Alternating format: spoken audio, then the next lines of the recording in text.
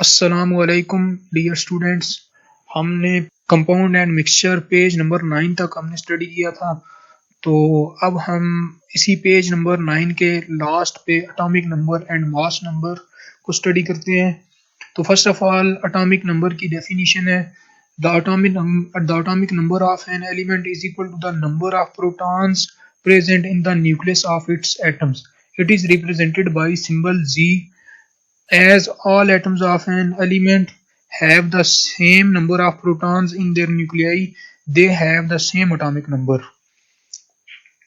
फिर आप पेज 10 पे आ जाए।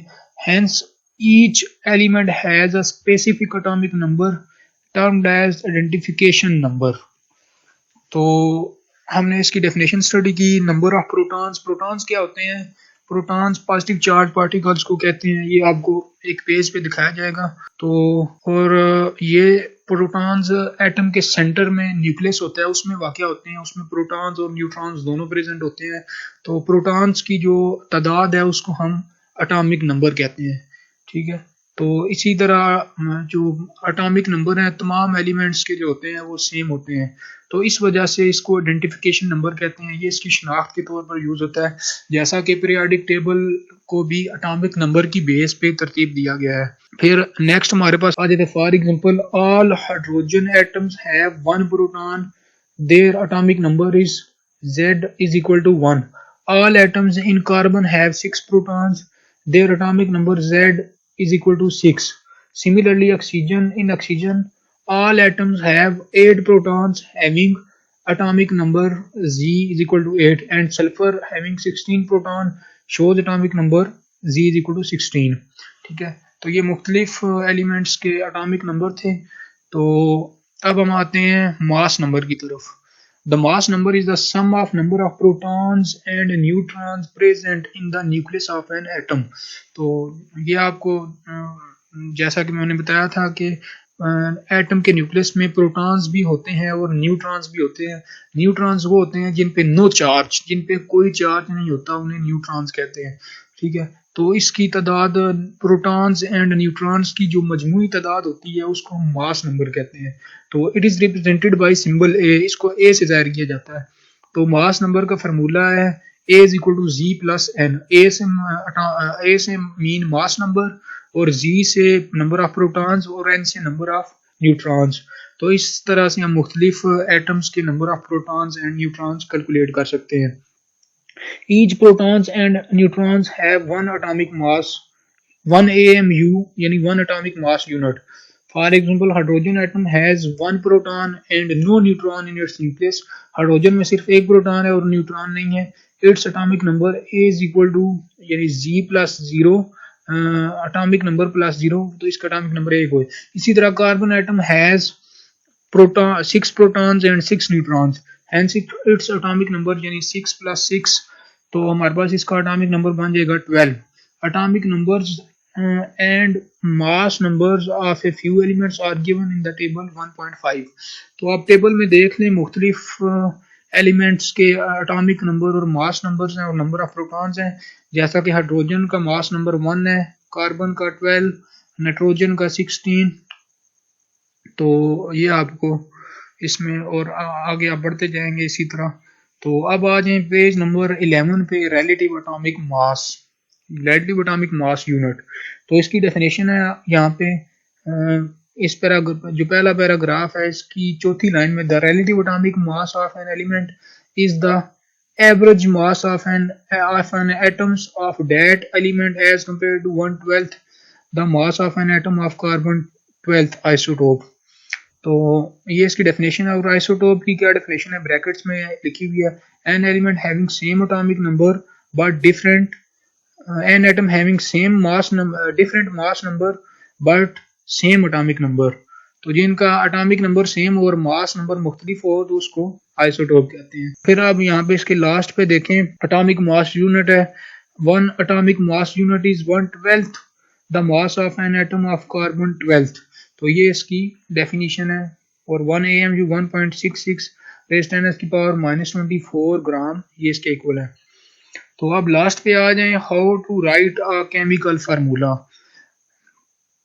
Compounds are represented by chemical formula as elements are represented by symbol. यानी कंपाउंड्स को केमिकल फार्मूला से जाहिर किया जाता है जिस तरह एलिमेंट्स को सिंबल से जाहिर करते हैं। जैसा कि हमने पढ़ा हाइड्रोजन के लिए H सिंबल इस्तेमाल होता है, कार्बन के लिए C होता है। तो इसी तरह जो केमिकल फार्मूलाज होते हैं उनको केमिकल फार्मूला के जो कंपाउंड है उनको केमिकल फार्मूला से जाहिर किया जाता है। तो इस chemical formula of compounds are written keeping the following steps in consideration. तो इसके मुख्तलिफ मराइल हैं। तो first of all number 1, symbol of two elements are written side by side in order of positive ion first and negative ion later. तो ये इसका पहला रूल है, यानी पहले हम पॉजिटिव आयन को लिखते हैं और फिर नेगेटिव आयन को, इसको अगले पेज पे दिखाया गया है। फिर the valency of each ion is written on the right top corner of its symbol. For example sodium की वैलेंसी इसके राइट कॉर्नर पे Na पॉजिटिव और कैल्शियम के Ca2 पॉजिटिव, ये इसके राइट साइड पे जो है टॉप कॉर्नर पे लिखते हैं, और क्लोराइड की और इसी तरह ऑक्सीजन की। तो फिर नेक्स्ट पेज 12 पे आ जाए। Adding 3, this valency of each ion is brought to the lower right corner of the ion by cross exchange method. तो अब ये जैसा कि नीचे दिखाया गया है कि Na पॉजिटिव Cl नेगेटिव, ठीक है। तो इसी तरह Ca2 positive Cl negative the written as Na positive Cl negative, इनकी तो वैलेंसी कैंसिल हो जाएगी। क्लोरीन कैल्शियम की वैलेंसी 2 है Cl, तो 2 क्लोरीन एटम इसको न्यूट्रलाइज करेंगे, तो इसको हम इसलिए CaCl2 लिखेंगे, यानी तीसरी लाइन में।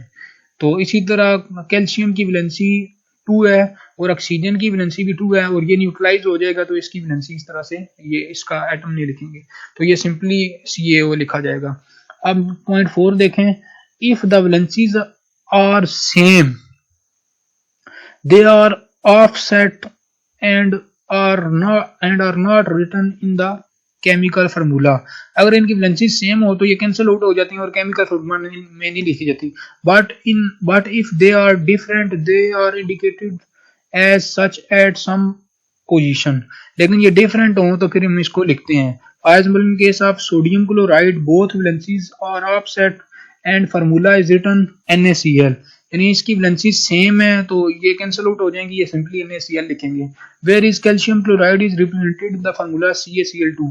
अब कैल्शियम की वैलेंसी जो है वो डिफरेंट है, कैल्शियम की वैलेंसी Ca2 है, इसकी वैलेंसी 2 है और 2 क्लोरीन एटम इसको न्यूट्रलाइज करेंगे तो इसकी हम CaCl2 लिखेंगे, इसकी वैलेंसी को ज़ाहिर लिखेंगे।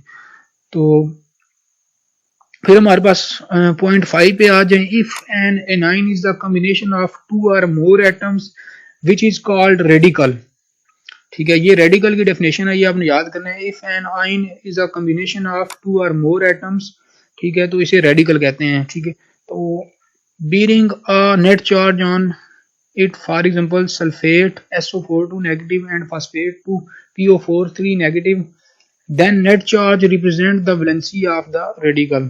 तो फिर इसका जो नेट चार्ज होगा वो रेडिकल की वैलेंसी को जाहिर करेगा। The chemical formula of such compound written as explained in 3-4, यानी जैसा कि प्रीवियस हमें एक्सप्लेन किया इसको, writing the negative radical within the parenthesis. तो for example chemical formula of aluminium sulphate is written Al2SO4। अब जो एल्युमिनियम की वैलेंसी है वो 3 है, तो 2 एल्युमिनियम के मॉलिक्यूल्स और इसके 3 मॉलिक्यूल्स इसको न्यूट्रलाइज करेंगे तो इसको इस तरह लिखेंगे Al2SO4 3 टाइम्स, ठीक है, ब्रैकेट्स में 3 टाइम्स इसको कहते हैं, ठीक है। और कैल्शियम फॉस्फेट Ca3PO4 2 टाइम्स। तो अब हमारे पास आ गया नेक्स्ट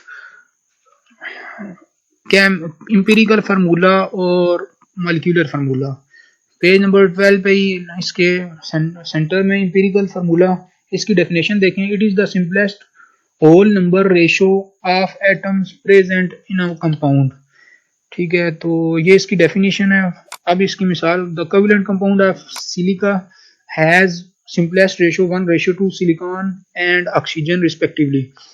तो इसकी जो मजीद मिसालें हैं वो आपको टेबल में समझ आएंगी अगले पेज पे। तो पहले हम मॉलिक्यूलर फार्मूला की डेफिनेशन को देख लेते हैं। मॉलिक्यूलर फार्मूला की डेफिनेशन है, molecules are formed by the combination of atoms, ठीक है। These molecules are represent by a molecular formula, यानी एटम से मॉलिक्यूल्स बनते हैं और इन मॉलिक्यूल्स को एक केमिकल फार्मूला से जाहिर करते हैं, ठीक है। अब मॉलिक्यूलर फार्मूला से, तो मॉलिक्यूलर फार्मूला की डेफिनेशन ये है, दूसरी लाइन पे, molecular formula show the actual number of atoms of each element present in a molecule of that compound, यानी जो एक्चुअल नंबर, जो हकीकी तादाद को जाहिर करे उसे मॉलिक्यूलर फार्मूला कहते हैं।